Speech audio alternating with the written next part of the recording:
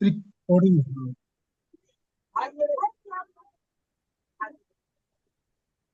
सबको मेरा नमस्कार। आज की जूम चर्चा में आप सबका स्वागत है। आज हम जिस विषय पर बात करेंगे वह है सर्वशक्तिमान तंत्र। कोटेशन संख्या 2140 से लेकर 2145 तक है, जिस पे हम बात करेंगे। इसके अंतर्गत हमने जिन बिंदुओं को शामिल किया है वह है 4। तो इन 4 बिंदुओं के माध्यम से हम अपनी चर्चा को आगे बढ़ाएंगे। जो कोटेशन कहता है 2140, जो पहला बिंदु है वह कहता है कि भारतीय संविधान को बैलेंस्ड होना चाहिए। भारतीय संविधान को संतुलित होना चाहिए और साथ ही साथ जो समाज विरोधी तत्व हैं उन पे उनका पूरा पूरा नियंत्रण होना चाहिए और जो समाज की स्वतंत्रता है वह भी अक्षुण्ण रहनी चाहिए। इसमें एक बात आती है कि जो हमारा संविधान है वह समाज विरोधी न हो। वह ऐसा न हो कि वह सामाजिक तत्वों को अ, प्रश्रय दे और साथ ही साथ ऐसा हो कि जो शरीफ लोग हैं, जो आम जनता है, उसकी स्वतंत्रता की रक्षा हो। इसमें जो सुधार है उसके 2 तरीके हैं। या तो हम जो संविधान है उसको हम बदल दें या फिर जो संविधान है उसमें हम अमेंडमेंट करें, हम उसमें संशोधन करें। एक बात इसमें आती है कि जो संशोधन है जिसके माध्यम से हम संविधान को बदलना चाहते हैं या उससे हम इस तरह का बनाना चाहते हैं कि वह समाज का हितैषी हो, वह सामाजिक हो, उसमें सबसे बड़ी बाधा आज के राजनीतिक दल हैं। आज के राजनीतिक दल जो हैं वह उसमें सबसे बड़ी बाधा बनते हैं। देखा जाए तो हमारी पार्लियामेंट में जो हमारे राजनीतिक दल हैं, सांसद हैं, वह कहीं ना कहीं, चाहे वह पक्ष हो या विपक्ष, समाज को अधिकार और शक्ति देने के पक्ष में नहीं है। वह नहीं चाहते हैं कि राज्य का समाज पे जो नियंत्रण है उसमें कमी आए। इसीलिए वह इस रास्ते की सबसे बड़ी बाधा है, क्योंकि जब तक वो हैं या उनका वर्चस्व है यह लगभग असंभव है। इसमें जो शब्दों का चयन किया गया है कि भारत का राजनेता सर्वशक्ति संपन्न, बेलगाम तथा उच्छृंखल शेर के समान हो गया है। इसी से आप समझ सकते हैं कि हकीकत, सच्चाई कितनी भयंकर है। अब बढ़ते हैं, जो दूसरा बिंदु है वह हमने दिया है कोटेशन संख्या 2141 से। इसमें ये कहता है कि जो संविधान निर्माता थे उन्होंने भारतीय समाज के साथ विश्वासघात किया, और यह विश्वासघात इस हद तक था, उन्होंने मूल अधिकार या प्राकृतिक अधिकार को अपने तरीके से डिफाइन किया, परिभाषित किया, और जो जिन अधिकारों उसने मूल अधिकारों के रूप में रखा वो भी अपनी मर्जी से रखें। अब यह बात बहुत ही खतरनाक है कि जो प्राकृतिक अधिकार होते हैं, जीने का अधिकार जो कि असीम होता है, उसको इन लोगों ने सीमित कर दिया। यहाँ तक कि हमारे संविधान में यह व्यवस्था बना दी गई कि अगर आपातकाल लागू होता है तो आपके मूल अधिकार निलंबित किए जाएंगे। या आपने कभी कभी ध्यान दिया होगा कि सरकार को यह अधिकार होता है कि वह किसी भी व्यक्ति को गोली मार सकती है। आपने देखा होगा कि चुनाव के वक्त या कोई दंगा छिड़ता है, उस वक्त ये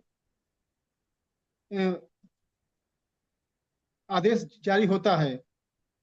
यह दर्शाता है कि राज्य ने भारतीय समाज पे कितना नियंत्रण पा लिया है। जो तीसरा बिंदु हमने शामिल किया है वह है 2142। वह है कि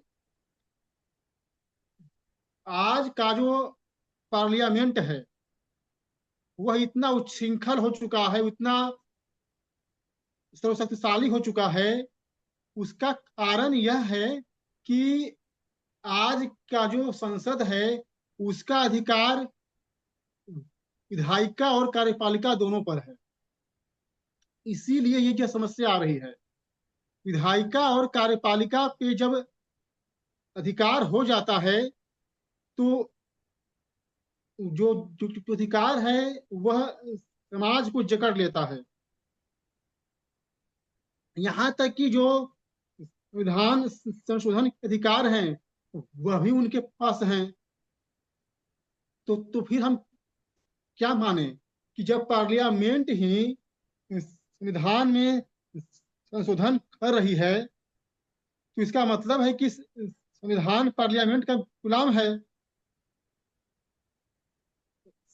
सैद्धांतिक रूप से अगर देखा जाए तो हम पाते हैं कि संसद की शक्तियां विधान से ही हैं। लेकिन यहाँ पे उल्टा ये हो गया है कि जिस संविधान से पार्लियामेंट अपनी शक्ति को प्राप्त करता है उसी पार्लियामेंट उसे अमेंडमेंट का अधिकार मिल गया है, जो कि बहुत ही दुख और खतरनाक बात है।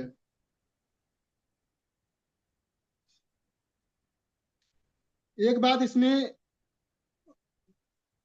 और है, जो अगला बिंदु है कि जो संविधान है, जो जो हमारा जो लोकतंत्र है, कि जो संशोधन का अधिकार है वह पार्लियामेंट के पास है, और इससे जो है सरकार को तनाशाह करना आसान होता है। उदाहरण के लिए 1975 में जब इंदिरा गांधी ने आपातकाल लगाया तो वह जो उनके पास बहुमत था, जो पार्लियामेंट उनकी ताकत थी, उसी के आधार पर इन्होंने आपातकाल लगाया था। तो जाहिर सी बात है यह तानाशाही को मजबूत करती है, या तानाशाही की जो आशंका है वो उसको प्रबल करती है। और मान लिया कि जो हमारी पार्लियामेंट है उसने ऐसा विधेयक पारित कर दिया और वो कानून बन गया कि जिसमें बंद हो कि हम अनिश्चित काल तक सत्ता में रह सकते हैं, या हम इतने 10 साल 15 साल 20 साल तक सत्ता में रह सकते हैं। तो इसका मतलब ये होगा कि जो हमारा जो तंत्र है वह राजतंत्र बन जाएगा। और यह बहुत ही खतरनाक बात है। तो हमें चाहिए कि जो हमारा समाज है उसे चाहिए कि वह संविधान को इस तरह के जो अमेंडमेंट है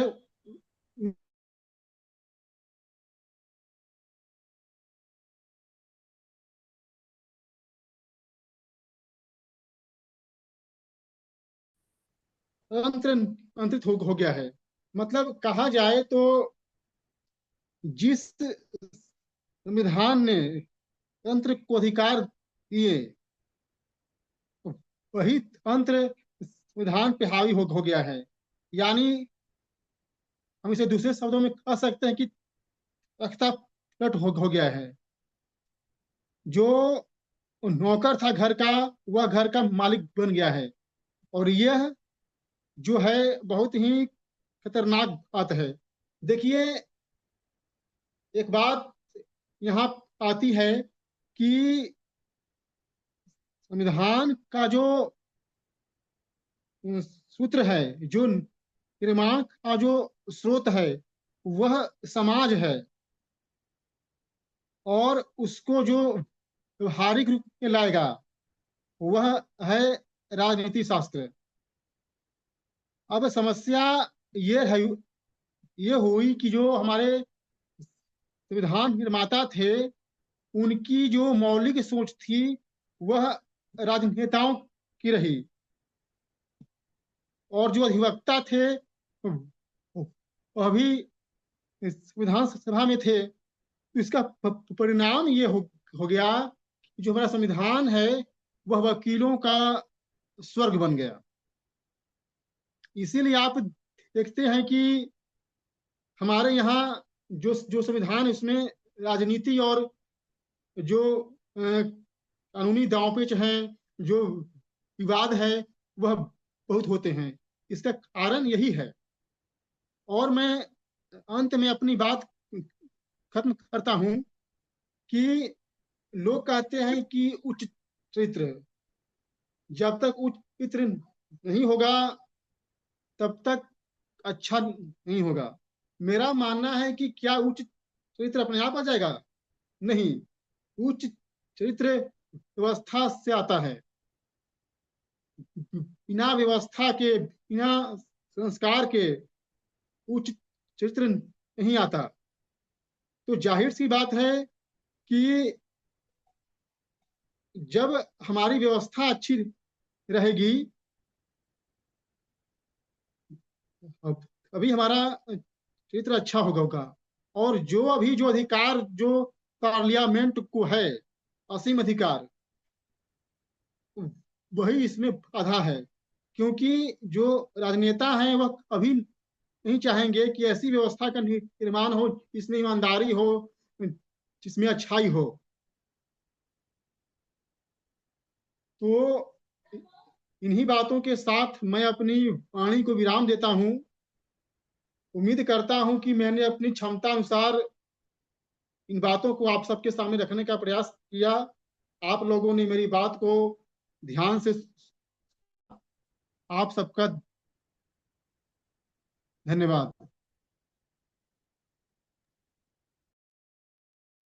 चलिए। धन्यवाद साथियों। हाँ, ब्रजेश जी भी आ गए ज्ञानेंद्र हैं। जी, मैं ये कह चलिए। रहा हूँ ना कि एक ऑफिस की मीटिंग में हूँ मैं। आप थोड़ी देर देख लीजिएगा, मुझे अभी 10-15 मिनट लगेगा 15 मिनट की मेरे को दे दो। मीटिंग करने दो। कोई भी साथी शुरू करें।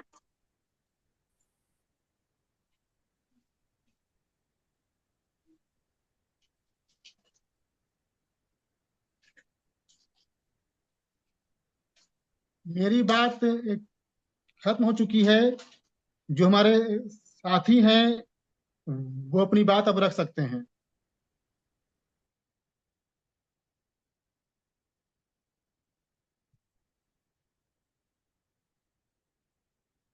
चलिए, बताइए कोई भी।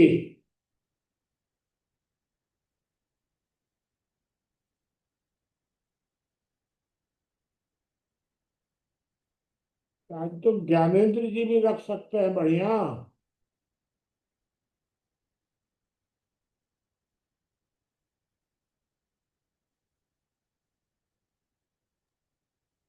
कोई भी साथी शुरू करें। मैं थोड़ा सा ऑफिस की मीटिंग करने के बाद जो है विषय रख दूंगा, बाकी के साथी बता सकते हैं।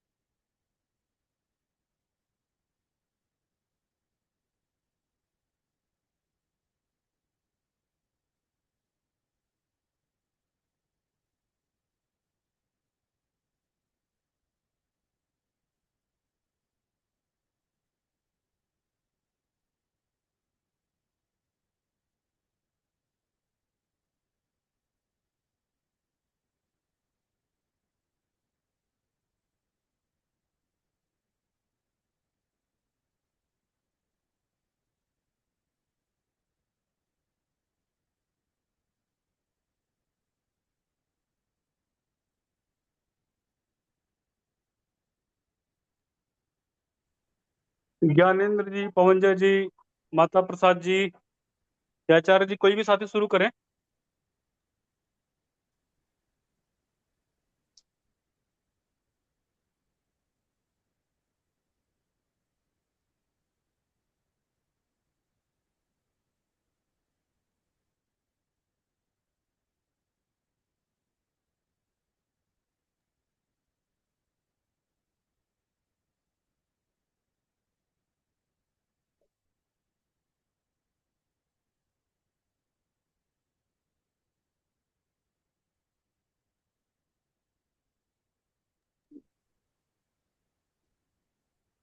बाबा नमस्कार। जी नमस्कार भाई, बताइए।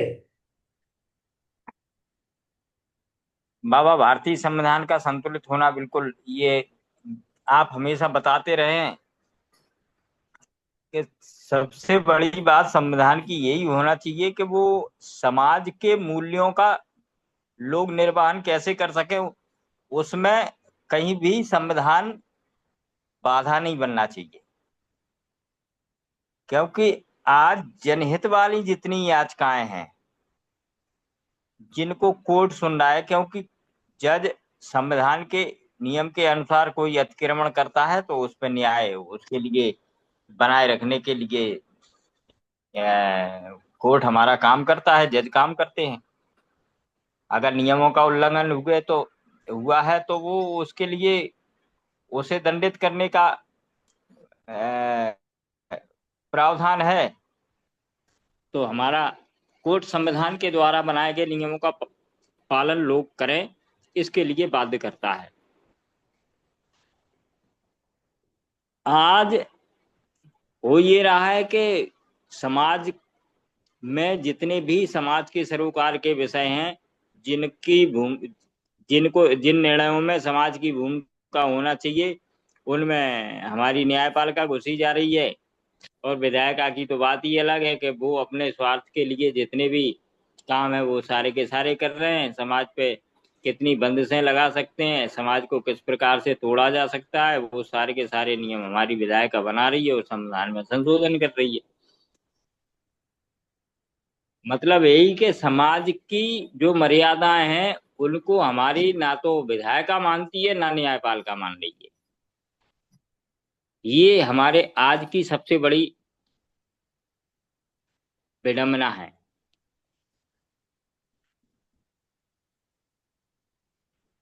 दूसरा बिंदु है, संविधान निर्माताओं ने समाज के साथ इस सीमा तक विश्वासघात किया कि उन्होंने संविधान में वर्णित मूल अधिकार संशोधन तक के असीमित अधिकार अपने पास ही समेट लिए।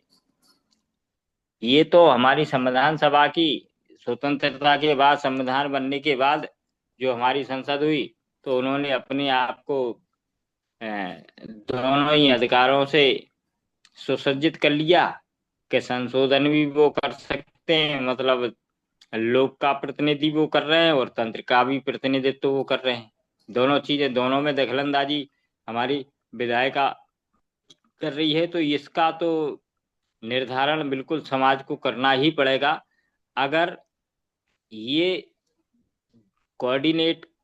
कोऑर्डिनेटर का काम करते हैं तो इनको फिर संविधान सभा का हिस्सा नहीं होना चाहिए, और अगर संविधान सभा का हिस्सा होते हैं तो इनको कोऑर्डिनेशन का काम बिल्कुल नहीं मिलना चाहिए। ये समाज का काम है, लोक का काम है कि वो अपने विचारशील लोगों के लिए लोगों को वहां पहुंचाए केंद्रीय सभा में, जो हमारे संविधान में यदि कोई मूलभूत परिवर्तन करना है, संशोधन करना है, तो वो करे, और बाद बाकी विधायक का जो कोऑर्डिनेटर का काम करे वो संविधान के नियमों के तहत प्रशासन में, अर्थात हमारे तंत्र का हिस्सा बन करके, और वो केवल नियमों का पालन करवाने के लिए।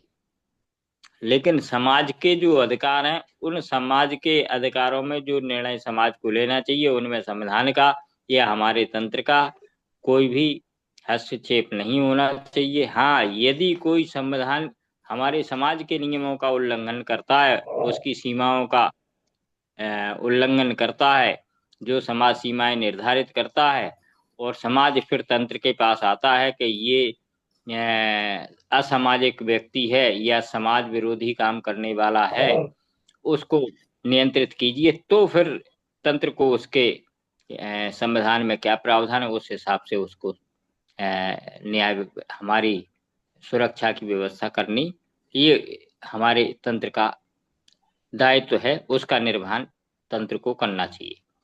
वर्तमान सांसद के पास विधायिका के संपूर्ण अधिकार हैं, अधिकार तो है ही, कार्यपालिका पर भी नियंत्रण वही बात है, क्योंकि दोनों में ही वो पार्टिसिपेंट है, इधर विधायक भी है और उधर मंत्री भी है, तो दोनों का अंग हो गया। बंद करो। चौथा बिंदु है, संविधान या तो लोक के द्वारा बनाया जाएगा अथवा लोक एवं तंत्र की समान भूमिका होगी, किंतु हमारे संविधान निर्माताओं ने तंत्र को ही संविधान संशोधन के असीम अधिकार दे दिए हैं, जिसका अप्रत्यक्ष अर्थ हुआ कि भारत के संविधान तंत्र नियंत्रित हो गया है, अर्थात तंत्र की तानाशाही हो गई है। ये तो जो समाज का हमारा अधिकार है, लोक का अधिकार है, क्योंकि लोकतंत्र तो तभी है जब सर्वोच्च अधिकार लोक के पास हो, अर्थात जनता के पास हो, और जनता के पास अधिकार तभी होगा जब उसको हमारे संविधान के अंदर मूलभूत परिवर्तन करने का अधिकार होगा, या वो अपने जिस व्यक्ति को संविधान को की रक्षा के लिए या संविधान में परिवर्तन के लिए या कानून बनाने के लिए नियुक्त करता है, उस व्यक्ति का नियंत्रण लोक के पास हो। लोक के पास नियंत्रण, वही बाबा कहते आए हैं आज तक की राइट टू रिकॉल का अधिकार लोक के पास होना चाहिए। ये परम आवश्यक है कि जनता के पास अपना मतदान नहीं, मत का प्रयोग किया है तो मत दिया है तो उसको वापस लेने का भी अधिकार लोग के पास होना चाहिए। मतदान नहीं होना चाहिए कि क्योंकि दान तो दिया जाता है फिर वापस लिया नहीं जाता है, तो ये दान नहीं, ये हमारा दायित्व है। ये दायित्व हम किसी को सौंप रहे हैं तो उससे वापस लेने का अधिकार भी समाज के पास अर्थात नागरिकों के पास संवैधानिक भूमिका में होना चाहिए, क्योंकि सामाजिक भूमिका अलग है और संवैधानिक भूमिका अलग है। दोनों को हम मिश्रित नहीं कर सकते हैं। आजकल हो यही रहा है कि ना तो व्यक्ति सामाजिक भूमिका में अपना सही से ठीक से निर्वहन कर पा रहा है सामाजिक भूमिकाओं की, और ना तो समाज के प्रति दायित्व तो अपना निभा पा रहा है और ना ही संविधान के प्रति। तो जो नियम बन रहे हैं उनका तंत्र हमारा कम से कम नियम बने जिनका तंत्र धरातल पर अक्षरशः पालन कर सके, जो व्यवहारिक हो। आज बहुत ही उच्च आदर्शवादी नियम बनाए जाते हैं, सिद्धांत बनाए जाते हैं, उन सिद्धांतों का कोई मतलब नहीं होता है, क्योंकि आम जीवन में उनका पालन करना संभव होता नहीं है। इसलिए यथार्थपरक और व्यवहारिक नियम या कानून बनना चाहिए, जिनका वाकई में हमारे देश के नागरिक या जो लोग है, समाज है, आम व्यक्ति है, जो इकाई है, वो उसको सहर्ष स्वीकार कर और उसका पालन करने में अपने आप को गौरवान्वित महसूस करे। बाबा, मेरी यही बात थी। बाद बाकी अन्य साथी विषय को और विस्तार देंगे। धन्यवाद। तो आप सभी बंधुओं को नमस्कार। जी बताइए पवन जी। इसके क्या अधिकार हैं, किसको क्या करना चाहिए, क्या नहीं करना चाहिए, ये उसका मूल स्वभाव तय करता है। बिल्ली दूध की रखवाली नहीं कर सकता है, इसलिए बिल्ली को दूध की रखवाली नहीं दी जाती। बिल्ली चाहे मार्क्सवादी हो चाहे साम्यवादी हो, वह दूध की रखवाली नहीं कर सकती। वह चूहों को मार सकती है, घर में चूहों से सुरक्षित रख सकती है। कुत्ता भोजन की रखवाली नहीं कर सकता, वो घर की रखवाली कर सकता है। गधा घर की रखवाली नहीं कर सकता, अगर वो चिल्लाएगा तो पीटा जाएगा। हर व्यक्ति के स्वभाव जो है उसके अनुसार उसका कार्य है, कुछ गलत और सही नहीं। बिल्ली दूध पी लेती है, उसकी गलती नहीं, यह उसका स्वभाव है। तो जिस व्यक्ति के जो स्वभाव है, जिस अधिकार, जिस पद का जो स्वभाव है, वह उसी अनुरूप कार्य करता है।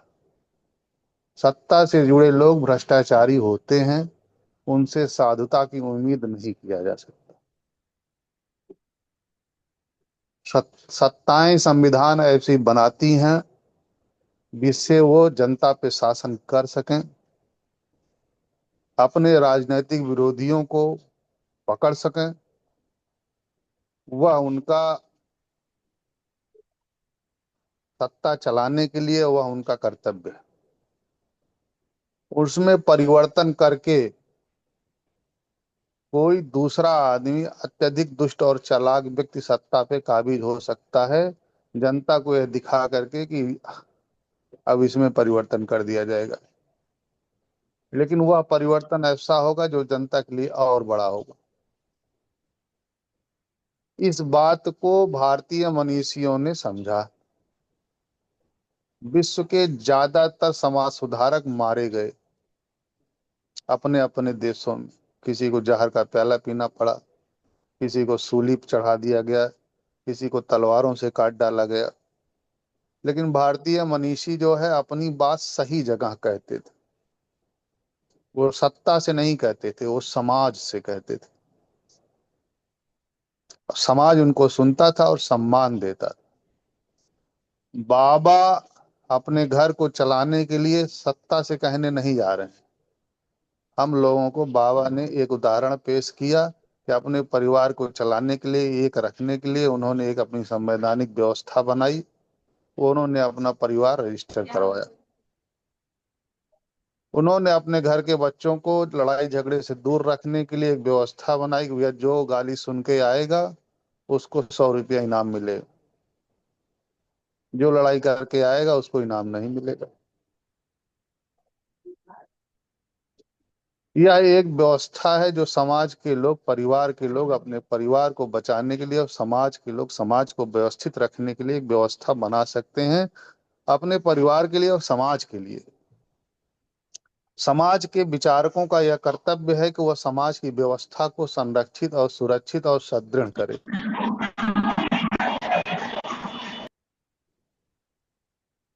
और जो सामाजिक लोग सामाजिक व्यवस्था को सुदृढ़ न करते हुए सत्ता को सुदृढ़ करने के लिए, संविधान को सुदृढ़ करने का प्रयास करेंगे, उनका हाल वही होगा जो कुत्ता, बिल्ली, गधे का एग्जाम्पल दिया गया। क्योंकि वो कर नहीं सकते, स्वभावतः उनका वह काम है नहीं, वो कर नहीं पाएंगे। कुछ उसमें गलत सही नहीं है कि वो गलत है सही है, ऐसा कुछ नहीं। आम लोगों का वह काम नहीं है। धन्यवाद। जी, बाकी के साथी बताएं।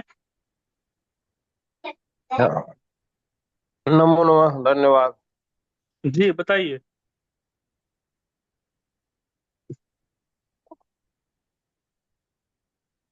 बताइए मंगला प्रसाद जी, आवाज आ रही है आपकी।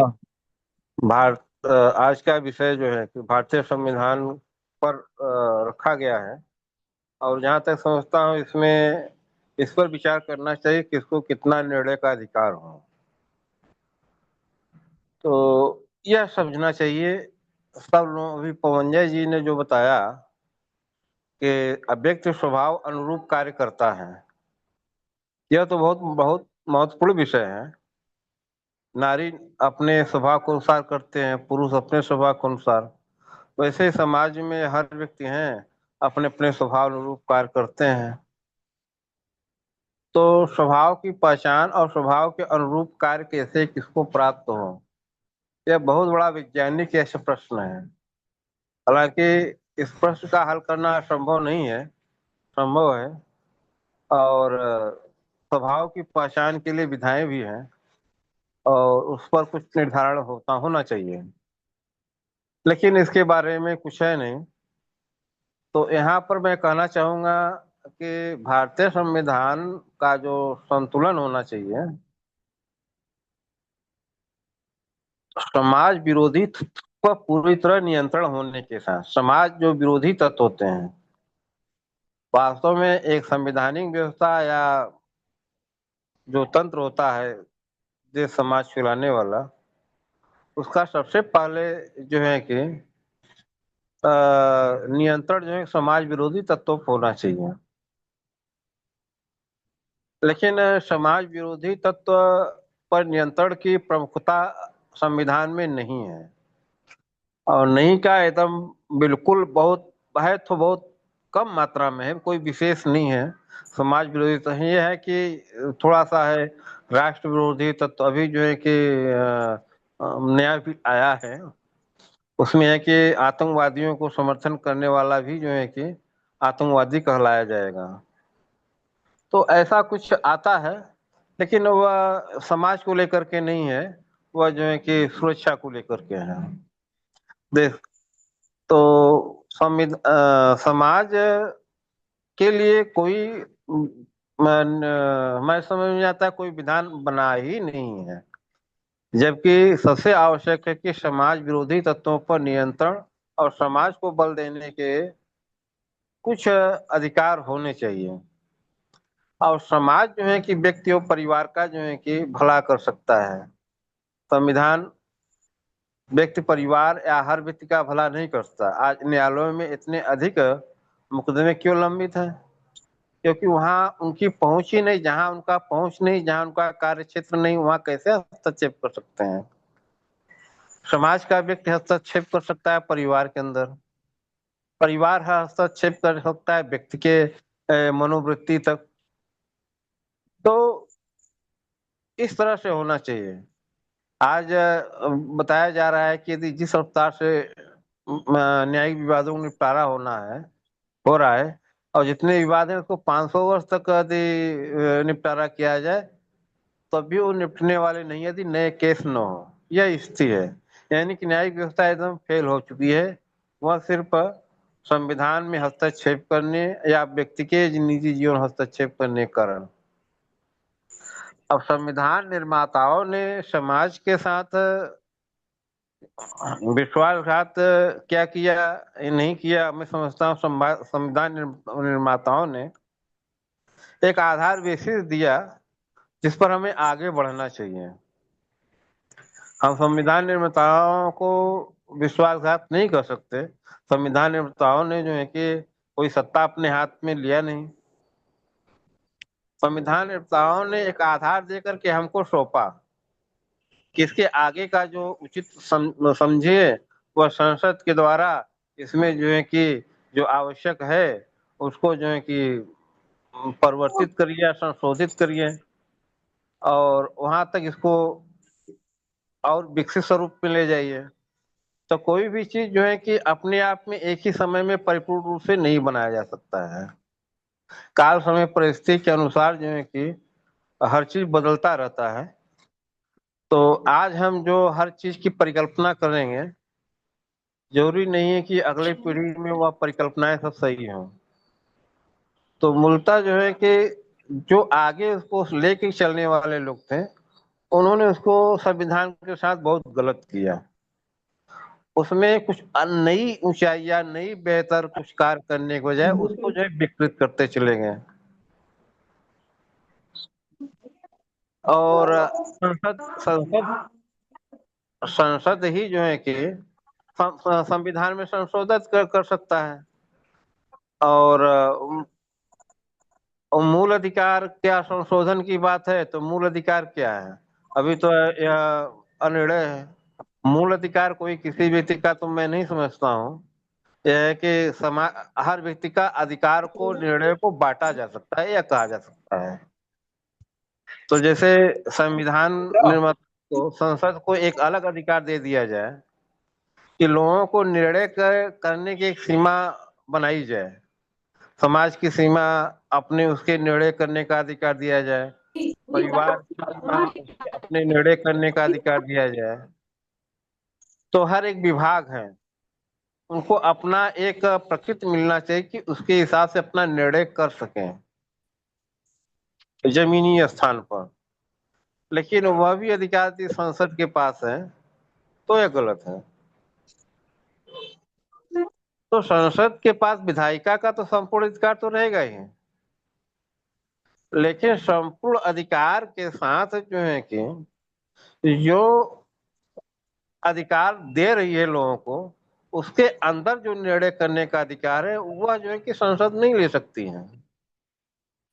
वहां पर संसद कुछ नहीं कर सकती है कि वहां जहां पर यह अधिकार है। अब बहुत से ऐसे चीज हैं जहां पर वो स्थानीय विभाग ही उस पर निर्णय लेगा, उस पर कार्य करेगा। संविधान या तो लोक के द्वारा बनाया जाए अथवा लोक और तंत्र की समान भूमिका होगी। किंतु हमारे संविधान निर्माताओं ने तंत्र को ही संविधान संशोधन असीम अधिकार दे दिया है। तो संविधान में तंत्र को असीम संविधान संशोधन का जो अधिकार है वो इसीलिए है कि तंत्र, जो संसदीय तंत्र बनाया गया वही व्यवस्था में है, सारी व्यवस्था में है, और स्थान विभाजित नहीं किया गया। तो मूलतः जो है कि संविधान में या संसद के द्वारा लोगों के अधिकार का स्पष्ट रूप से विभाजन होना चाहिए। उस विभाजन के आधार पर उनको उस सीमा के अंदर निर्णय करने का पूरा अधिकार मिलने चाहिए। अब न्यायालय को यह अधिकार दिया जा सकता है कि व्यक्ति की निर्णय की सीमा किसकी कितनी हो सकती है, कहाँ किस क्षेत्र तक कौन विभाग कहाँ तक निर्णय कर सकता है, हस्तक्षेप कर सकता है, और उसमें ऐसा हो सकता है। तो यहाँ पर समाज को निर्णय करने का कोई अधिकार नहीं है, परिवार को निर्णय करने का कोई अधिकार नहीं है, विभिन्न विभागों को अपना जो है कि निर्णय और प्रपोजल तैयार करने का कोई अधिकार नहीं है। जो भी बजट पास होता है उसमें लोगों को निर्णय करने का कोई अधिकार नहीं होता है। सब कुछ जो है केंद्रीय मंत्रालय के पास निर्णय का अधिकार होता है। वह जो है कि अक्षरशः हर चीजों के बारे में वो गवर्न करती चली जाती है। तो कुछ ऐसे होना चाहिए वित्तीय क्षमता के आधार पर और निर्णय क्षमता के आधार पर। हाँ, यह जरूर देखना चाहिए कोई व्यक्ति या कोई विभागीय पदाधिकारी अपने कार्य को किस बेहतर ढंग से कर पाता है, उसके हिसाब से उनको जो है कि कुछ विशेष जो है कि महत्व मिलना चाहिए। या ऐसा कुछ हो, कोई अपने निर्णय को अधिकार का कितना अपना उपयोग कर पाता है। तो जैसे आरटीओ विभाग है तो उसको यह अधिकार होना चाहिए कि जो है कि थोड़ा शांत करिए पंडित जी। कितना जो है कि गाड़ियों पर टैक्स रखा जाए, कितना कम किया जाए, या किसको जो है कि छोड़ने का अधिकार। बहुत सी चीजें हैं कि जो है कि सीधे जो है केंद्र से शासित होती हैं। जैसे आदमी कोई गाड़ी खरीद लिया है, अब उसको उतना ही बीमा देना है जितना जो है कि 24 घंटा चलने वाली गाड़ियां हैं, या अन्य चीजें जो उसका टैक्स है, रोड टैक्स इत्यादि, जो है कि उसको सबको समान समान है। तो इन चीजों पर कैसे क्या अधिकार निर्धारित हो स्थानीय स्तर पर, यह समझना चाहिए, या इसका कुछ ऐसी अभियांत्रिकी विकसित किया जाए जो कि यह निर्धारित कर सके कैसा क्या वह अपने वाहन का उपयोग कर रहा है। तो ये सब सारी चीजें बातें महत्वपूर्ण है, लेकिन पवंजय जी का जो है बताया गया कि स्वभाव के अनुरूप कार्य, यह स्वभाव के अनुरूप कार्य तभी हो सकता है जब समाज को इतना अधिकार दिया जाए, वो विकसित किया जाए, समाज के प्रबुद्ध वर्गों को इतना अधिक महत्व दिया जाए जो यह निर्धारित कर सके। हालांकि प्राचीन शास्त्रों में संविधान स्वभाव को पहचानने के लिए और स्वभाव की प्रकृतियां को निर्धारित करने के लिए कुछ श्लोक दिए हैं। तो इसमें 16 स्वभाव बताए गए हैं। 16 स्वभाव बताए गए हैं। 16 स्वभावों का अपना अलग अलग प्रकृति कहती है, उनकी पहचान क्या है, और कर्मों के आधार पर, प्रवृत्ति के आधार पर, उनके परिवार की प्रवृत्ति, उनके जातीय स्थिति, क्षेत्रीय स्थितियों पर स्वभाव का निर्धारण होता है। और हर व्यक्ति, हर प्राणी अपने आप में उपयोगी है, हर व्यक्ति उपयोगी है, और ऐसा कोई पदार्थ नहीं जिसका गुण उपयोग न हो, लेकिन बस उसके गुणधर्म को समझना, उसका अपने जगह उपयोग होना, यह महत्वपूर्ण विषय होता है। तो ये सब जो है कि वैज्ञानिक विकास से और सामाजिक विकास से इन सब चीज़ों की पहचान संभावित है, और इसकी तरफ भी हमें कुछ चर्चा करनी चाहिए, इसकी तरफ भी कुछ बढ़ना चाहिए। स्वभाव का क्या महत्व है, स्वभाव के अनुसार कैसे कार्य होते हैं, स्वभाव का क्या पहचान होती है। इसके साथ में अपनी बात समाप्त करता हूँ। धन्यवाद। धन्यवाद मंगल प्रसाद जी। आगे के साथी बताएं।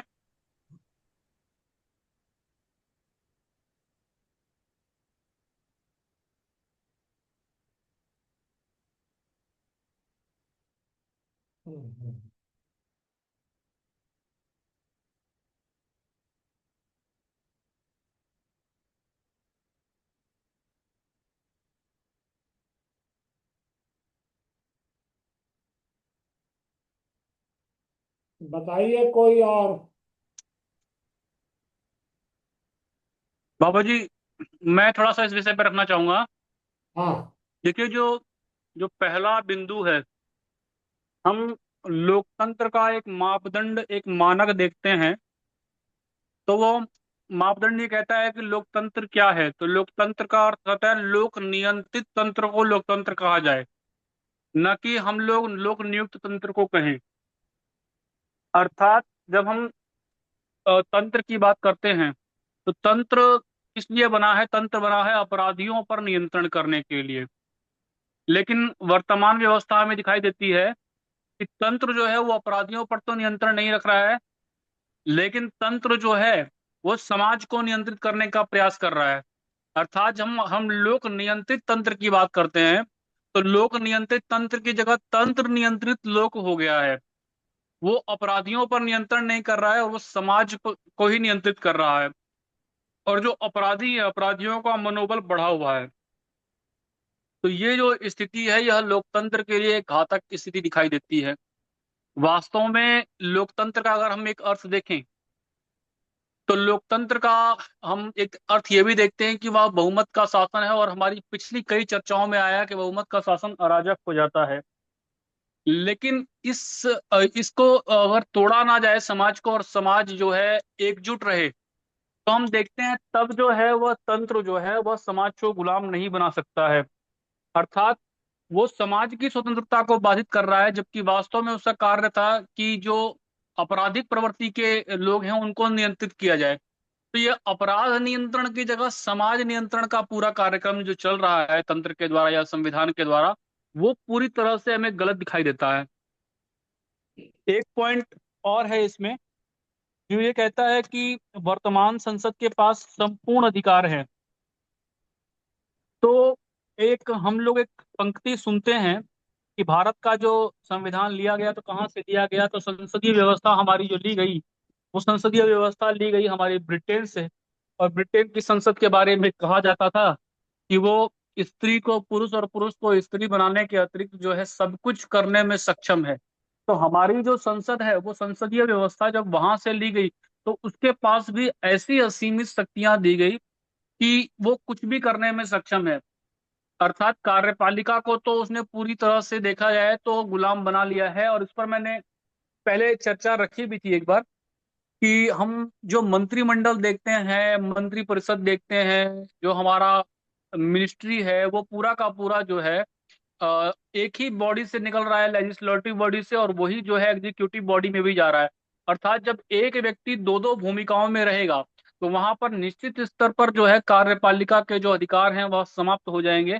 और इसके बाद आप देखेंगे कि राष्ट्रपति की बात जब देखी जाए तो कार्यपालिका तो जो है वो लगातार राष्ट्रपति के अधिकारों तक को जो है वो विधायिका जो है वो कार्य राष्ट्रपति के अधिकारों को भी चुनौती दे रही है।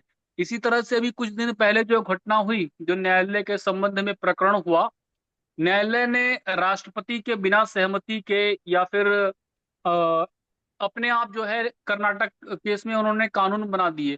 तो कार्यपालिका की स्थिति ऐसी है, केवल विधायिका ही नहीं, चाहे वो विधायिका हो और चाहे वो न्यायपालिका हो, दोनों ही उसे गुलाम बनाने का प्रयास करती हैं। लेकिन प्रत्यक्ष रूप से देखें तो प्रत्यक्ष रूप से विधायिका का कार्यपालिका में प्रत्यक्ष हस्तक्षेप होता है। प्रत्यक्ष हस्तक्षेप इसलिए है क्योंकि उसके जो लोग हैं, उसके वो लोग सीधे सीधे विधायिका से ही कार्यपालिका में जा रहे हैं।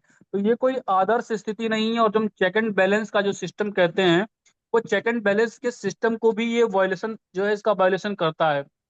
इसमें से एक कोटेशन है जिसमें हम लोगों ने कल चर्चा करी थी, दुर्भाग्य से संविधान परतंत्र का एक अधिकार हो गया है।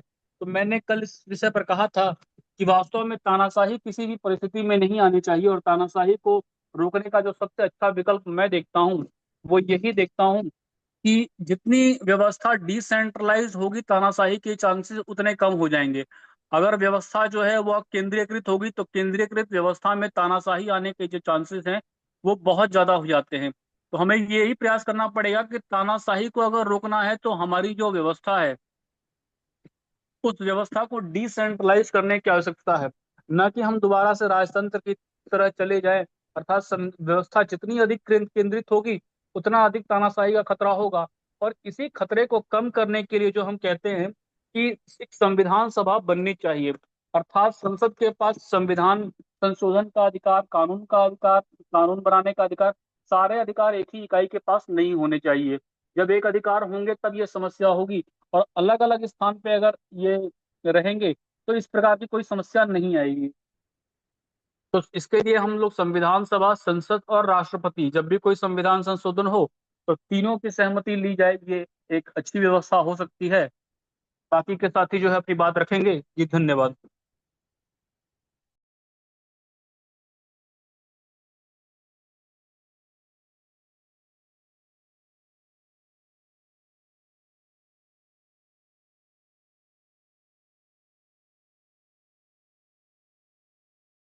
ना कुछ भी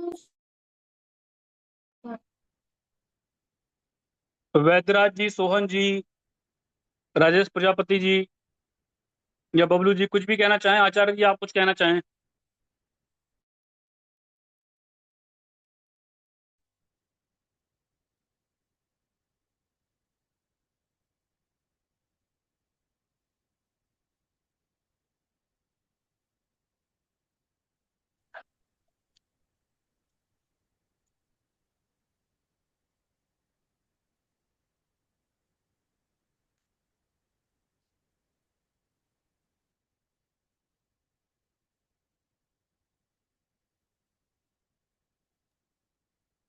प्रणाम बाबा, सभी साथियों नमस्कार। जी बताइए आचार्य जी। देखिए, मैं तो इन विषयों पर थोड़ा अलग सोचता हूँ। जैसे कि राइट टू रिकॉल की बात आई थी, आज हमने वोट दिया, सरकार बनाई, और सरकार बनाने के बाद कुछ समय जो है वो यदि हम उनको काम नहीं करने दें और उनको गिराने में लग जाएं कि भैया हमें राइट टू कॉल की हमें वो दीजिए और हम आपकी सरकार को गिराते हैं। 5 साल के बाद जो हम सरकार बदलते हैं वो राइट टू रिकॉल ही तो है। हम संतुष्ट नहीं हुए, हमें काम पसंद नहीं आया, हमने सरकार बदल दी। अच्छी सरकार लगी, अच्छी सरकार हमें उनके काम कुछ लगे किसी भी तरह से, दोबारा सरकार चुन दी। तो मैं समझ रहा हूँ ये राइट टू रिकॉल ही है। हाँ, इसमें इतना कुछ और हो सकता है कि जो अधिकार मतदाता के लिए वोट डालने का है, उससे कुछ प्रश्न पूछने का भी अधिकार होना चाहिए। जो चुनाव प्रणाली की स्थिति है, या जो हमारे यहाँ पर चुनाव लड़ने के लिए जो प्रतिनिधि आते हैं, उनसे हो सकता है उसमें कुछ सोच समझ के उसका विचार कर सकते हैं कि भाई ये जो आपने मेनू बनाया है इसको आप कैसे पूरा करेंगे, आप जो वायदे कर रहे हैं वो कैसे पूरा करेंगे। जैसे हमने ये भी देखा है कुछ सरकारें राज्यों में जब होती हैं तो ऐसे वायदे करती हैं जो कि बजट नहीं होता उसका, तो जनता पूछ सकती है। अब कहना यह यही पड़ता है कि जो वक्ता है वो भी मूर्ख की श्रेणी में है और जो श्रोता है वो भी मूर्ख की श्रेणी में है। तो मंच से जो बोल रहे हैं वो भी ठीक है और जो सुन रहे हैं वो भी ठीक है। स्थिति सामाजिक नियंत्रण की यदि समझी जाए और सोची जाए तो देखिए, राज्य किसी भी स्थिति में रहा हो, कहीं ना कहीं वो समाज का नियंत्रण तो और समाज का प्रतिनिधित्व करता ही है। जो प्रतिनिधित्व करेगा वो नियंत्रण भी करेगा, और जो नियंत्रण करेगा वो प्रतिनिधि के रूप में भी सामने आएगा। दूसरी एक चीज और है कि जब हम समाज को एक मूर्त इकाई के रूप में मानते हैं तो समाज का एक ढांचा तो तैयार नहीं है। यानी 60% 70% लोगों की भूमिका हो सकती है, 40% तो हमेशा विपक्ष में ही रहेंगे। अब विपक्ष वाले गलत मान लिए जाएंगे, उसका कैसे जो है आकलन होगा? तो आकलन ये होगा भाई यहाँ बहुमत है, बुद्धि का तो आकलन फिर भी नहीं रहा, बहुमत का ही आकलन माना गया। लोकतंत्र, मैं तो यही मानता हूं, दो बातों से मैं बहुत ज्यादा प्रभावित हूं आपकी, और उससे मैं सहमत हूं कि लोकतंत्र में कुछ सामाजिक भूमिका होनी चाहिए। मैं इससे सहमत हूं। और सामाजिक भूमिका जैसे कि हम ग्राम सभा के रूप में देखते हैं, सबसे अच्छा कॉन्सेप्ट हमें दिखाई देता है। केंद्र में हम देखते हैं जो हमारे सामने एक बाबा ने कॉन्सेप्ट रखा है कि स्वतंत्र संविधान सभा होनी चाहिए, नहीं होनी चाहिए? बिल्कुल होनी चाहिए। इस पर बहुत अच्छा जो है एक प्रारूप तैयार किया सकता है। हाँ, केंद्र सरकार भी बनाई जा सकती है, केंद्र सभा के रूप में बनाई जा सकती है। विकल्प है कि जो शक्ति है उसका हम डिवाइडेशन कर सकते हैं। लेकिन बहुत ज्यादा किताबें पढ़ता हूं मैं, और सबसे ज्यादा अपना अच्छा मित्र किताबों को ही मानता हूं, क्योंकि स्वाध्यायशील हूँ अध्यात्म से जुड़ करके। और दूसरी बात यह है कि आप लोगों से जब से जुड़ा, तो किताबें पढ़ने के आधार पर जो समाज की संरचना मुझे दिखाई देती है, और जब हम आकलन करते हैं बैठ करके, तो कहीं ना कहीं बड़े उसमें जो है कहना पड़ता है कि हमारी इकाई जो है वो थोड़ी सी गड़बड़ हुई है। और इकाई के समले बिना कोई धाई का निस्तांतरण हो नहीं सकता बढ़िया से। और किसी विचारक ने बड़े अच्छे से लिखा भी है कि देखिए, यदि नीचे की जो इकाई है, सुधार हम करना चाहें तो नीचे से होगा, और सफाई करनी चाहें तो ऊपर से होगी। सफाई हमेशा ऊपर से करते आते हैं नीचे की ओर, और सुधार नीचे से करके ले जाते हैं ऊपर की ओर। तो कुछ सिद्धांत समझ में आता है कि सुधार वास्तव में बचपन से ही होता है, छोटेपन से ही होता है, नीचे से ही होता है। यदि सुधार, इसका मतलब ये है कि इकाई से ही होता है। यदि सुधार इकाई से ना किया जाए तो हम दूसरे को तो संभालने में लगेंगे ही, और वहां स्थिति थोड़ी सी अलग हो जाती है। दूसरा, मेरा अपना एक मानना और है कि जहां जिसने अपने आप को केंद्रित किया है, थोड़ी आध्यात्मिक बात भी हो जाएगी, वो समाज को केंद्रित कर सकता है। जिसने चिंतन, जैसे मुनि जी ने चिंतन किया है बैठ करके, तो हम लोगों को कुछ दे पा रहे हैं। लेकिन एक ही बात से मैं बड़ा विचलित होता हूं कि जहां समाज की भूमिका राज्य के स्तर पर हो, तो यही समाज है कि राज्य को काम भी नहीं करने देगा और हर उसमें खड़ा हो जाएगा। जैसे आज एक चित्र, एक उदाहरण 10 सेकंड का है, एक चित्र बना करके जो है वो स्टेशन पर लगा दिया गया कि इस चित्र में जो अच्छाई है वो बताएं। तो वहां पे जितने भी लोग आए वो अच्छाई न देख करके सब उसमें कि इसमें ये कमी है, इसमें ये कमी है, ये कमी है। दूसरी बात, उसने क्या किया, एक ब्लैंक पेपर लेकर के, खाली पेज लेकर के, और उस पर डॉट मार करके रख दिया कि आप इस तरह का एक चित्र बनाएं। तो वहां कोई तैयार नहीं हुआ। तो सुधार तो इकाई से ही होगा, क्योंकि जो सरकारें बनती हैं लोकतंत्र में वो भी इकाई से ही बनती हैं।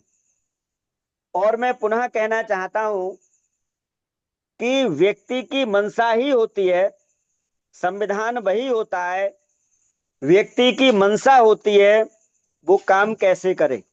पिछली सरकारों को हमने देखा, कांग्रेस के लिए हमने देखा, वर्तमान में राहुल जी का जो विपक्ष का नेतृत्व कर रहे हैं उनकी मंशा को भी हम लोग देख रहे हैं। तो ये सारी चीजें जो हैं वो बड़े उसमें आ जाती हैं संदेह में कि कैसे करके फिर इस व्यवस्था को, क्या व्यवस्था को बिल्कुल ठीक करके और व्यवस्था के स्वरूप को सही करने के बाद में सही हाथों में व्यवस्था नहीं है तो क्या व्यवस्था ठीक चलेगी। क्योंकि पुस्तक तो फिर नियम कानून बना दिए गए। घर का एक मुखिया बहुत अच्छे नियम कानून बना दे और फिर जो है नीचे वाले उसका फॉलो नहीं करें तो बड़ी समस्या हो जाएगी। तो उसी तरह से जो है जो नियम कानून के आधार पर है, यहाँ एक नियत का भी बड़ा जो है अंतर दिखाई देता है। और ये इस व्यवस्था पर हम लोग कम चिंतन करते हैं, मेरा अपना मानना है। लगभग लगभग 3-4 महीने से संवैधानिक व्यवस्था पर चर्चा चल रही है, 3 महीने हो गए। तो मेरा ये मानना है कि थोड़ा थोड़ा जो है वो हमारी अपनी आंतरिक व्यवस्था, सामाजिक व्यवस्था, नीति व्यवस्था, व्यक्ति को कैसा होना चाहिए, उसका स्वरूप क्या होना चाहिए, उसकी मानवीय प्रवृत्ति क्या होनी चाहिए, उसके अपने दायित्व, अधिकार, कर्तव्य क्या होने चाहिए, क्योंकि हम लोगों को भी बोध होता रहेगा उन चीजों का, ये भी बहुत आवश्यक हो जाता है। मेरा कहने का मतलब ये नहीं है किसी भी स्वरूप से या किसी भी एंगल से कि समाज दोषी है, बिल्कुल। लेकिन हाँ ये जरूर है, मैं ये इसको मानता हूं कि बीमारी जब घर में आती है डॉक्टर तभी आता है, बीमारी नहीं है तो डॉक्टर, कहीं ना कहीं समाज कमजोर हुआ और उसका लाभ जो है वो। एक चीज और आती है, सामूहिक रूप में समाज का नेतृत्व करने के लिए भी समाज में कोई तैयार नहीं है। हम इस बात को देखते हैं क्योंकि समाज के नेतृत्व करने के लिए उसको कुछ मिल नहीं रहा है। और ये मेरा बड़ा अनुभव है, आदरणीय ज्ञानंद जी से कई बार मेरी चर्चा हुई और आज भी लोग कहते हैं, शादी प्रज्ञा जी जुड़ी हुई हैं, लोग गए थे, आदरणीय नरेंद्र जी थे, बोले भैया ये चर्चा हम कर रहे हैं इससे हमें क्या लाभ होगा, क्या फायदा होगा। कई मीटिंगों में चीज आई, मैंने कहा ये लाभ फायदा तो नहीं होगा, लेकिन समाज के प्रति हमारा कुछ कर्तव्य है। जैसे आपका परिवार है, परिवार आपका, आप अपनी कर्तव्य दायित्वों का निर्वहन करते हैं तो समाज हमारे परिवार नहीं है। बोले बात तो ठीक है, लेकिन अब उनके अपने उदाहरण है कि भाई एक बात बताइए हमें, कौन किसकी आज मानने को बैठा है समाज में, सब तो स्वतंत्र रूप से हैं, सब हमसे ज्यादा जानते हैं।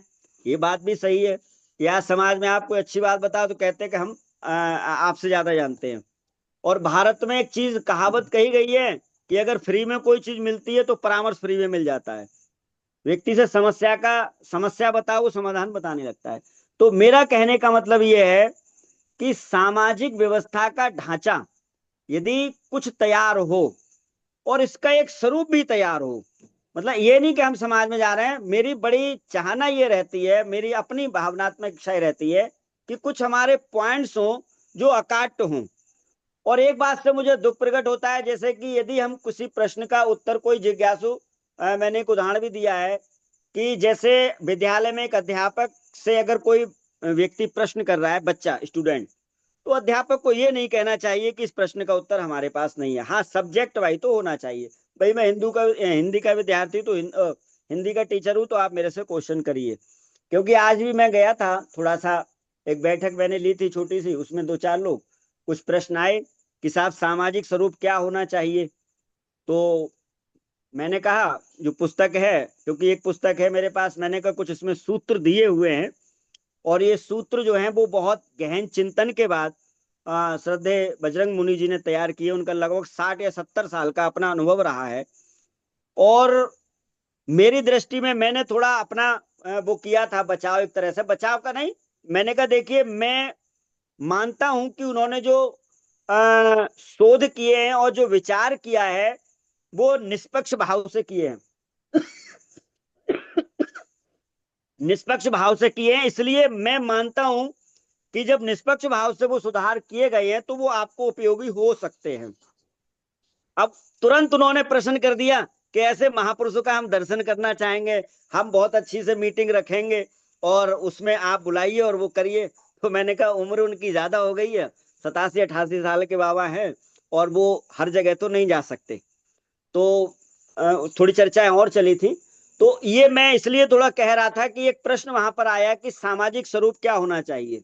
हम लोगों ने बहुत सारी चर्चाएं की है, बहुत 2 साल से लगभग मैं जुड़ा हुआ हूं, लेकिन कोई बिल्कुल एक स्वरूप तैयार नहीं हुआ है कि ये सामाजिक स्वरूप होना चाहिए। संदूक ये है, बॉक्स ये है, तो इसको हम बॉक्स कह सकते हैं।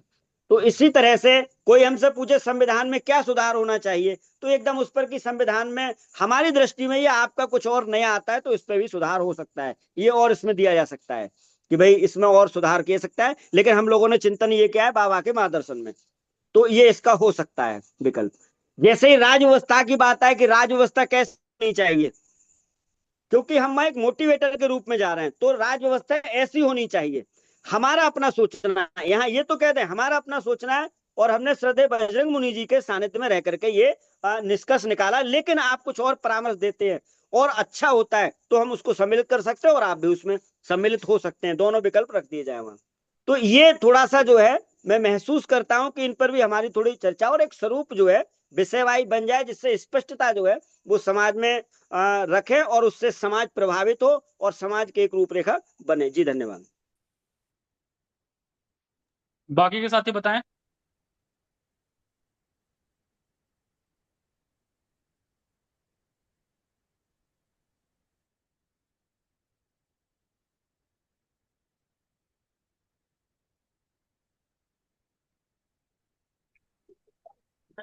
भैया जी बैदराज कुछ बोलूंगा। जी बताइए। जैसे कई लोगों को आशंका होती है कि जब हम बोलते हैं कि तंत्र के अलावा समाज की भी भूमिका होनी चाहिए, तो सोचते हैं कि समाज से अराजकता हो जाएगी, समाज जब तब खड़ा हो जाएगा। वो ये नहीं समझते कि समाज का स्वरूप हमने ग्राम सभाओं का रखा। वो ये नहीं समझते समाज का स्वरूप परिवार है। परिवार की भूमिका होगी ग्राम सभाओं के लिए, और ग्राम सभाओं की भूमिका होगी तंत्र में किसी प्रस्ताव पर, ग्राम सभा की नहीं तो जिला सभा की। तो इसको ये नहीं समझते। वो सोचते हैं कि समाज, कुछ समूह के बारे में ही समाज सोचने लग जाते हैं, या किसी वर्ग को ही समाज समझने लग जाते हैं। कोई साहू समाज हो गया, सिंधी समाज हो गया, जैन समाज हो गया, इसको ही समाज समझने लगते हैं, जबकि ये समाज नहीं है। हमने कहा है हमारे जो नई समाज व्यवस्था में समाज की जो भूमिका है वह परिवार, ग्राम, जिला, प्रदेश, देश, इस रूप में होगी। लोग इसको नहीं समझते हैं। हमारे यहाँ पे भी सवाल खड़े करते हैं। मैं जब भानु प्रतापपुर में बताता रहता हूँ ना लोगों को, एक नई समाज व्यवस्था में समाज की भी भूमिका होगी, तो लोग सोचते हैं समाज बात बात में हस्तक्षेप करेगा तब कैसा होगा संविधान में। तो समाज का हस्तक्षेप कब होगा? समाज का भी हस्तक्षेप होगा, समाज का हस्तक्षेप नहीं होगा। तो इसको नहीं समझते। मैं मतलब संविधान निर्माण में मैं जो बता रहा हूँ, ठीक बताया भैया? कुछ समझ में आया? हेलो। हाँ ठीक है बैदराज बताइए। जी। बैदराज जी के सवाल पे मैं कुछ कहना चाहूंगा। हाँ बताइए। बैदराज साहब देखिए, 150 लोगों को समझाया जा सकता है, बेवकूफ बनाया जा सकता है,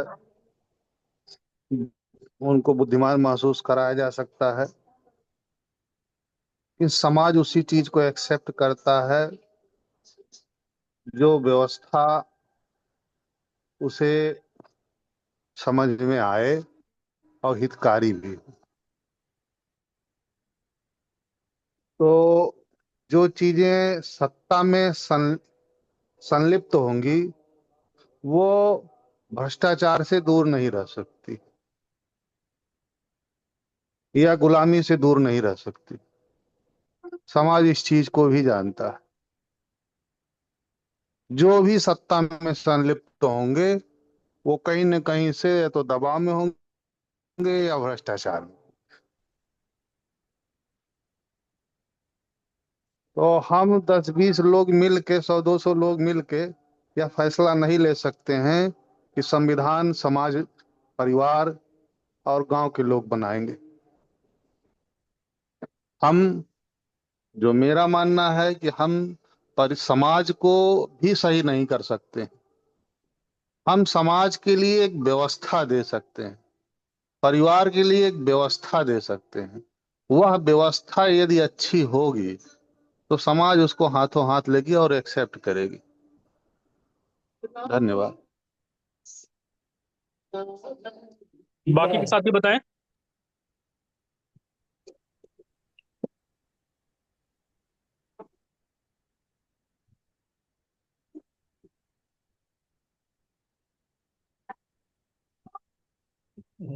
बताइए और किसी को कोई बात। चलिए मैं रख देता हूँ, फिर आप जी प्रश्न बाबा कर। जी।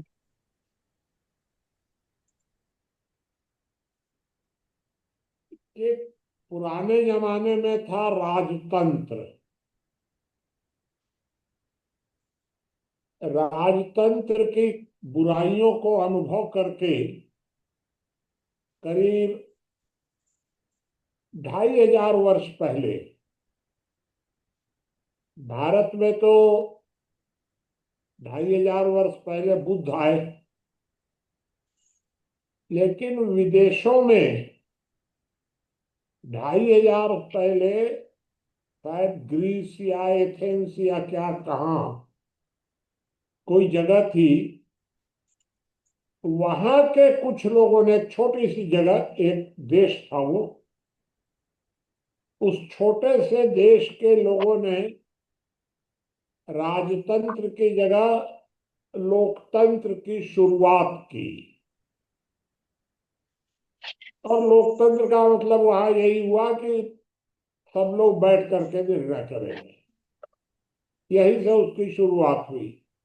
यही था for the people, of the people, by the people. वहां से शुरुआत हुई। फिर ये किस तरह से बढ़ा हमको ज्यादा नहीं मालूम, बढ़ता घटता क्या रहा। लेकिन अभी 300-400 वर्ष पहले हम लोगों ने भी सुना, भारत के लोगों ने भी, कि भाई दुनिया में कुछ जगहों पर लोकतंत्र है। तो वो लोकतंत्र का फिर माना जाता है ब्रिटेन को तरफ से, ब्रिटेन या अमेरिका जो भी समझ लीजिए। यह राजतंत्र के विकल्प के रूप में लोकतंत्र आया था। लेकिन जिस तरह राजतंत्र के विकल्प के रूप में लोकतंत्र आया, वह लोकतंत्र भी अगर धीरे धीरे धीरे धीरे या तो विकृत हो रहा है, या दुनिया आगे जा रही है। अगर दुनिया आगे जा रही है या लोकतंत्र विकृत हो रहा है, दोनों में कोई भी बात सही हो सकती है। मैं नहीं कह सकता कि कौन सी बात सही है। तो क्या यह उचित नहीं होगा कि जिस तरह राजतंत्र के विकल्प के रूप में कुछ लोगों ने लोकतंत्र को अच्छा समझा उस समय, क्या हम वर्तमान समय में इस लोकतंत्र से एक कोई संशोधित प्रणाली का प्रस्ताव दुनिया को नहीं दे सकते? क्या भारत इस संबंध में नए तरीके से सोचने की स्थिति में नहीं है? अगर नहीं है तो यह ताकत हम लोग को विकसित करनी चाहिए। कब तक हम लोग नकल करते रह जाएंगे? इसलिए हम लोग वर्तमान लोकतंत्र के स्वरूप के संशोधित लोकतंत्र का एक लोक स्वराज्य नाम दे करके दुनिया के सामने हम प्रस्तुत कर सकते हैं, और यह कार्य होना चाहिए। भाई, अभी तक लोकतंत्र क्या है? तो लोकतंत्र की अभी तक परिभाषाएं तो अभी बात हुई ही। लोक नियंत्रित तंत्र, ठीक है, लोक नियंत्रित तंत्र, लोक नियुक्त तंत्र, वो तो परिभाषा हो गई। अभी तक हम लोग राजा की जगह राज्य, इसकी जरूरत क्यों समझते हैं और उसका तरीका क्या होगा? मैं सुनील देव जी के इस प्रस्ताव से सहमत नहीं हूं कि किसी एक व्यक्ति को ऊपर उठाया जाए। अगर किसी एक व्यक्ति को बहुत ज्यादा ऊपर उठाया जाएगा तो अगर वह व्यक्ति, उस व्यक्ति की कभी नीयत खराब हो गई तो सारा किया धरा मेहनत सब खत्म हो जाएगी। इसलिए व्यक्ति को ऊपर उठाने की जगह हम लोग को सिस्टम को आगे लाना चाहिए, जिससे उस सिस्टम का दुरुपयोग कोई व्यक्ति न कर सके। व्यक्ति का दुरुपयोग तो किया जा सकता है, सिस्टम अगर होगा। इसलिए हम लोग किसी लोकतंत्र की जगह पर, लोकतंत्र जो भारत में पश्चिम से आया है, उसकी जगह पर एक वैकल्पिक लोक स्वराज्य सिस्टम पर विचार कर रहे हैं, व्यक्ति पर नहीं। अब आवश्यकता क्या है राज्य की? तो समाज सब कुछ कर सकता है। इस्लाम में समाज दंड भी दे सकता है किसी भी व्यक्ति को, ये इस्लाम में है। जबकि ईसाइयत में बहुत अधिक बड़े लोकतंत्र है। हम लोगों का जो सोचना है कि दंड देने के लिए हमने एक अलग से इकाई बना दी कि भाई इस इकाई का नाम होगा तंत्र। हम लोग होंगे लोक और आप होंगे तंत्र। तंत्र को हमने यह जिम्मेदारी दे दी कि अगर व्यक्तियों के बीच में यदि कोई अपराधी तत्व है और वह अपराधी तत्व बहुत ताकतवर हो रहा है या हो गया है, और वो हम लोगों के परिवार से नहीं मानेगा, गांव से नहीं मानेगा, तब उसको रोकने के लिए हम लोगों को क्या करना पड़ेगा? सेना का और पुलिस का उपयोग करना पड़ेगा। तो हमने दे दिया सेना और पुलिस तंत्र को कि आप, सारी ताकत आपके पास रहेगी। हमारे पास माने लोक के पास बंदूक नहीं है कि वो दंड दे देगा। बंदूक हमने तंत्र को दे दी है, तुम उससे हमारी सुरक्षा करो, बाकी सारा काम हम कर लेंगे, कोई दिक्कत नहीं, 99 काम हम कर लेंगे। लेकिन अगर ऐसा कोई पैदा हो गया बहुत, भाई पुराने जमाने में राजा बनते कैसे थे? तो राजा बनते थे इसी तरह, ताकत के जोर पर ही बन जाते थे। उनके पास ताकत सेना होती थी, सेना पुलिस सब अपना बना लिए और बना करके किसी राजा को मार करके राजा बन गया, यही सब होता था। उससे बचने के लिए तो ये लोकतंत्र आया, तो उसका उद्देश्य तो इतना ही था, हमारी आप सुरक्षा करिएगा। अब एक प्रश्न खड़ा हुआ उस समय, हुआ होगा कि भाई जिसको हमने सेना और पुलिस दे दी, अगर वही हमको गुलाम बनाने लगा तब हम क्या कर लेंगे उसका?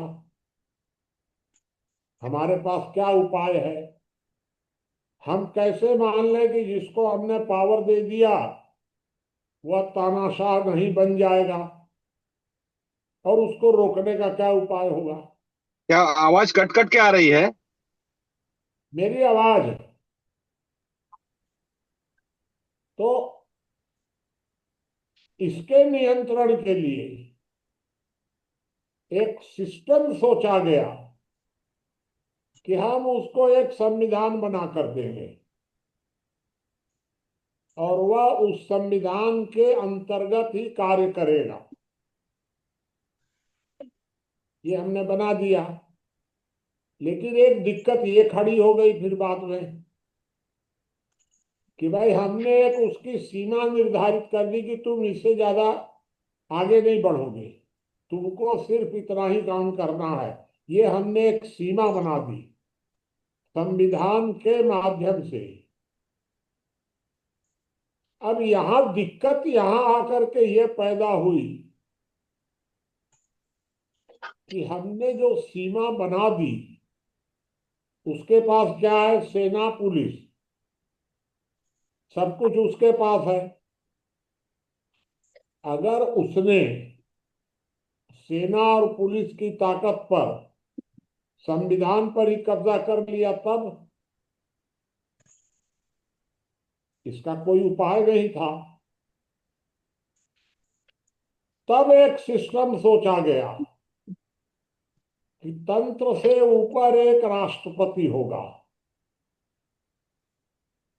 सच बात यह है कि राष्ट्रपति का चुनाव जनता के द्वारा किया जाना चाहिए था, लेकिन भाई अब उस इतना सोचा गया होगा कि चलिए जनता का वही लोग मिल करके कर ले, राष्ट्रपति का चुनाव कोई हर्जा नहीं है। तब हमने राष्ट्रपति को विशेष अधिकार दे दिया, तीनों सेनाओं का प्रमुख राष्ट्रपति होगा। राष्ट्रपति के नीचे कार्यपालिका, विधायिका और न्यायपालिका होंगी। राष्ट्रपति के नीचे इन तीनों को अपॉइंट करेंगे राष्ट्रपति, और राष्ट्रपति तानाशाह ना हो जाए इसलिए इनकी राष्ट्रपति के ऊपर ये बंधन लगा कि ये तीनों की सलाह से काम करेंगे।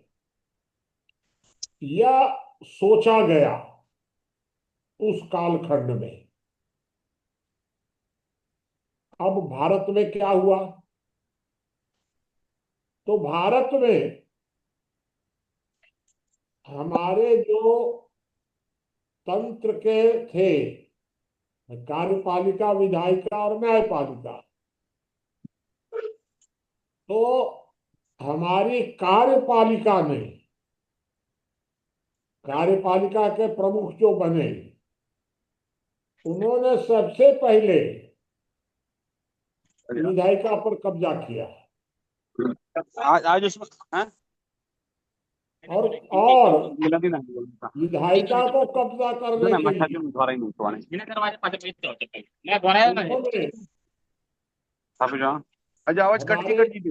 न्यायपालिका के प्रमुख ने संविधान सभा को ही ब्लूटूथ सभा पे घोषित कर दिया। लाल बाबू जी, बैदराज जी का माइक बंद कर दीजिए। तो संविधान सभा घोषित कर दिया उसने संविधान सभा को लोकसभा में। अब वही थी संविधान सभा, वही बन गई लोकसभा। गांधी जी चले ही गए थे, कोई डर था ही नहीं थे। अब उसने एक तरफ तो संविधान सभा भी अपने पास कर ली और दूसरा न्यायपालिका पर भी रोक लगा दी, और बचा खुचा कार्य इंदिरा गांधी ने कर दिया। इंदिरा गांधी ने राष्ट्रपति को भी अपने कंट्रोल में कर लिया। क्या हम इसे लोकतंत्र मान लें? अगर यही लोकतंत्र है तो फिर एक नए तरह का लोकतंत्र तो हमें विचार करना चाहिए। हम इसको लोकतंत्र तो नहीं मान सकते कि संविधान सभा पर भी कब्जा उसी का हो गया, न्यायपालिका पर भी कब्जा हो गया, कार्यपालिका उसके पास है ही, और राष्ट्रपति को भी गुलाम बना लिया। तो जो खतरा था वही खतरा फिर आपके सामने पैदा हो गया। अब इस खतरे से बचने के लिए हम लोगों को एक विकल्प दुनिया के सामने देना पड़ेगा कि यह लोकतंत्र ऐसा होना चाहिए। और वह विकल्प कौन देगा? अगर हम लोग प्रतीक्षा करते रहेंगे कि पुराना लोकतंत्र तो एथेंस ने दिया था, फिर बाद में ब्रिटेन ने दे दिया और सब हो गया, वही लोग हमको दे देंगे, तो मेरे हिसाब से दुनिया को वैचारिक धरातल पर विचारों का निर्यात हमेशा भारत ने किया है, और भारत में भी हिंदू संस्कृति ने किया है। क्योंकि दुनिया में केवल एकमात्र हिंदू संस्कृति ही है कि जहां चारों वर्णों का तालमेल है। बाकी तो कहीं चारों वर्ण है नहीं। बाकी तो या तो सारे क्षत्रिय है या सारे वैश्य हैं। भाई ईसाइयत एक तरह से वैश्य प्रवृत्ति है, इस्लाम क्षत्रिय प्रवृत्ति है। तो हम ही तो हैं कि जहां पर कि उतना ही महत्व ब्राह्मण को भी है और उतना ही महत्व शूद्र को भी है, और चारों के अपने अपने बटे हुए हैं। तो बटे हुए हैं तो फिर इस दुनिया को एक वर्तमान परिस्थिति में एक आदर्श लोकतंत्र का स्वरूप अगर हम नहीं देंगे तो कौन देगा? इसी की माथापच्ची तो हम आप मिल करके कर रहे हैं इतने दिनों से। हमारा उद्देश्य वर्तमान समय में सिर्फ इतना नहीं है कि हम एक आदर्श सामाजिक व्यवस्था देना चाहते हैं, यह भी है एक कल या परसों भी मैंने ये बात कही थी कि हम आदर्श समाज की बुराइयों पर भी चर्चा करके उसका भी समाधान खोज रहे हैं। लेकिन इसका यह अर्थ नहीं है कि हम समाज की बुराइयों पर चर्चा कर रहे हैं और वे लोग हमको गुलाम बनाते चले जाए। ये तो नहीं हो सकता है। तो हमें सब दिशाओं में अपनी बात करनी होगी। ये हम लोगों की जो चर्चा है इस चर्चा का सार तत्व यही है कि हम लोगों को अगले 2-4 वर्षों में दुनिया के सामने एक सुधरे हुए लोकतंत्र का प्रारूप प्रस्तुत करना है, और इसीलिए हम लोग बैठ करके चर्चा कर रहे हैं। चलिए अब आगे आप कोई प्रश्न और करिएगा तो और हम लोग सोचेंगे। कोई कुछ बोलना भी चाहे तो बोल भी सकते हैं, कोई दिक्कत नहीं है।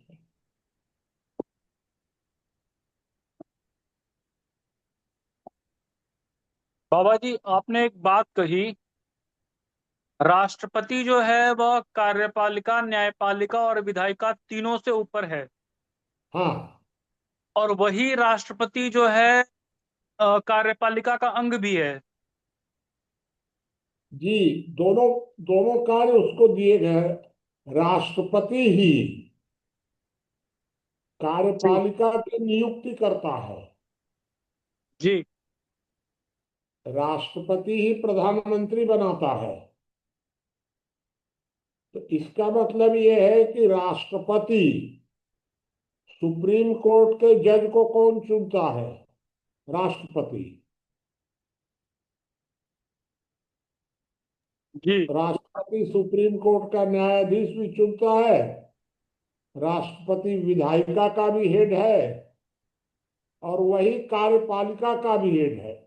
सिर्फ कार्यपालिका का हेड नहीं है राष्ट्रपति, राष्ट्रपति तीनों का हेड है। बाबा जी, वही राष्ट्रपति जो है election commission of chief India, जो इलेक्शन कमीशन ऑफ इंडिया के जो चीफ है, उसका चुनाव भी राष्ट्रपति ही करता है। हाँ, ये हमको नहीं पता है, लेकिन खैर होगा। जी तो इस तरह, इसीलिए मैंने कभी आपको बताया था कि राष्ट्रपति को संविधान से ऊपर माना गया है।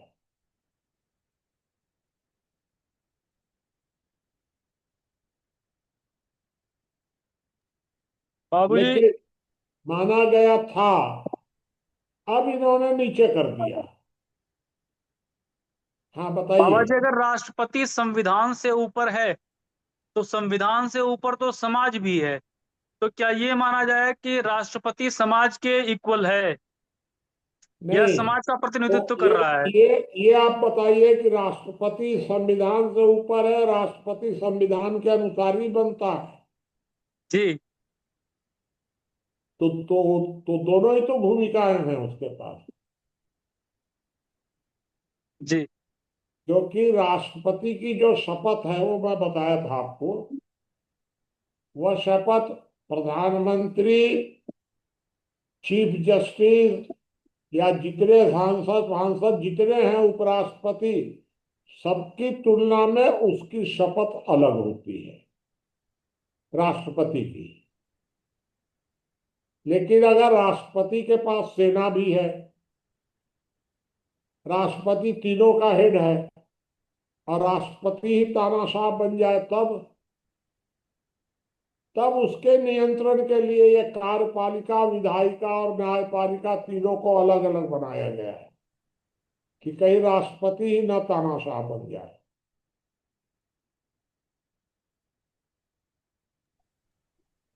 बाबा जी वैदराज, हाँ बताइए। क्या नई समाज व्यवस्था में भी राष्ट्रपति मतलब का यही भूमिका होगी जो आप बता रहे हैं? नई समाज व्यवस्था में क्या होगा, हम लोग तो विचार ही कर रहे हैं ना रोज। राष्ट्रपति की भूमिका।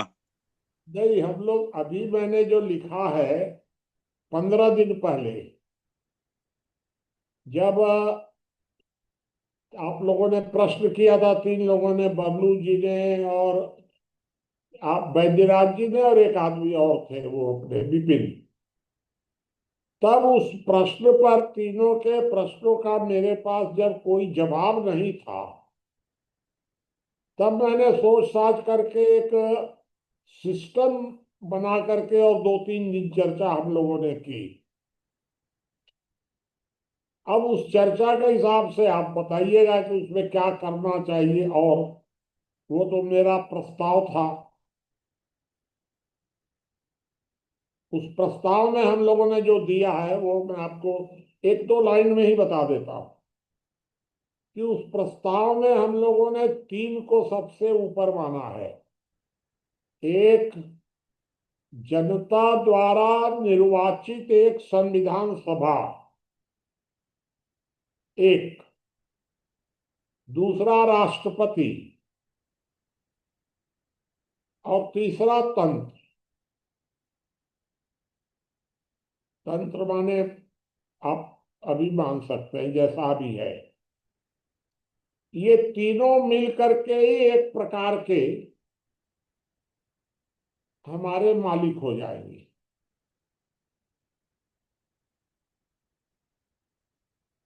अगर तंत्र और संविधान सभा दोनों ने मिलकर के भी कुछ करना चाहा तो राष्ट्रपति की भी स्वीकृति जरूरी होगी। इसका मतलब लास्ट में मैं आपको ये बताऊं कि लोक के सामने जितना राष्ट्रपति का सम्मान होगा उतना ही तंत्र का भी सम्मान होगा और उतना ही संविधान सभा का भी सम्मान होगा। अगर इन तीनों में किसी ने भी लोक के सामने यदि कोई प्रस्ताव दिया कि ऐसा ऐसा गड़बड़ हो रहा है तब लोक उस पर विचार करेगा, तीनों में से कोई। और अगर तीनों मिल करके जो चलाते हैं तो फिर चलाएंगे।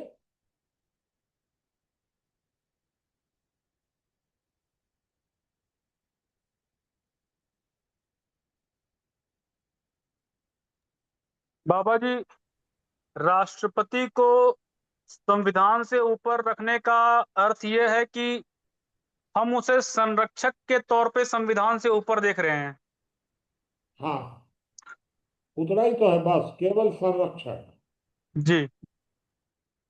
बाबा, हाँ, मेरा जो कहना है कि राष्ट्रपति जो होता है वो पार्लियामेंट का अंग होता है। जो पार्लियामेंट जो है। वो आप जो बता रहे हैं ना, होता होगा।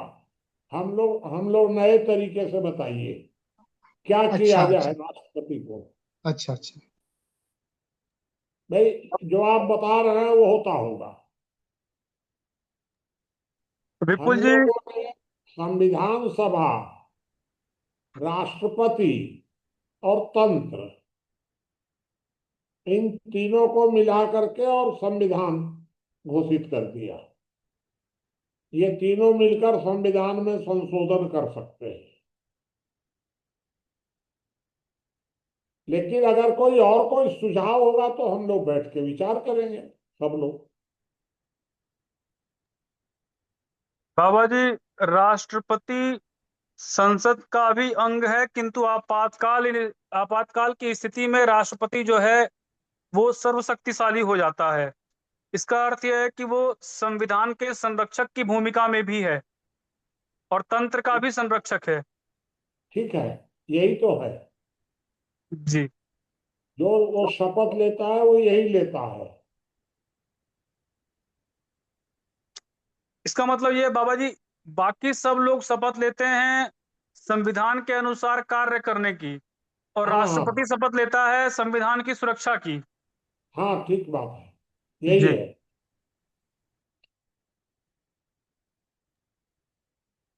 ये ठीक है। बात कोई जानता ही नहीं था अभी तक। संविधान विशेषज्ञ नहीं जानते थे। जब मैंने बताया लोगों को लगा कि आप कैसे खोज के निकाले हैं।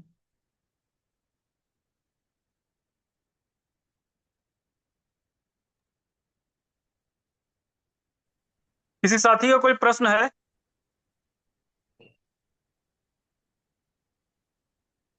बताइए, और कोई बात हो तो, नहीं तो समाप्त करिएगा। कल का। कोई आचार्य जी कुछ लिख रहे थे क्या? हम पढ़े नहीं। बाबा जी, आचार्य जी कह रहे हैं मैंने किसी व्यक्ति की बात नहीं कही, किसी व्यवस्था को संचालित करने के लिए व्यक्ति के रूप में ही इकाई की जरूरत होगी। हाँ, तो हर व्यक्ति की जरूरत होगी व्यवस्था बनाने में। देखिए, मोटी मोटी बात यह है कि हमारा परिवार है, परिवार ने एक मुखिया चुन लिया, मुखिया की बात तो हमको माननी पड़ेगी सबको। लेकिन अगर परिवार इकट्ठा बैठ गया तो मुखिया को परिवार की बात माननी ही होगी, बस हो गई। यही यही तो व्यवस्था है। वर्तमान समय में जो गड़बड़ी हुई है वो यही हुई है कि मुखिया माँ के पेट से पैदा होने लग गया, मुखिया स्वतंत्र हो गया।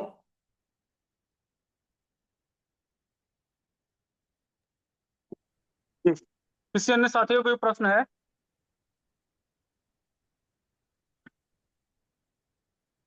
कल का विषय रहेगा 2146 से लेकर के 2148 तक ठीक है। संविधान में संशोधनों की आवश्यकता विषय पर कल हम लोग विचार करेंगे। लाल बाबू जी, चर्चा को समाप्त कर सकते हैं।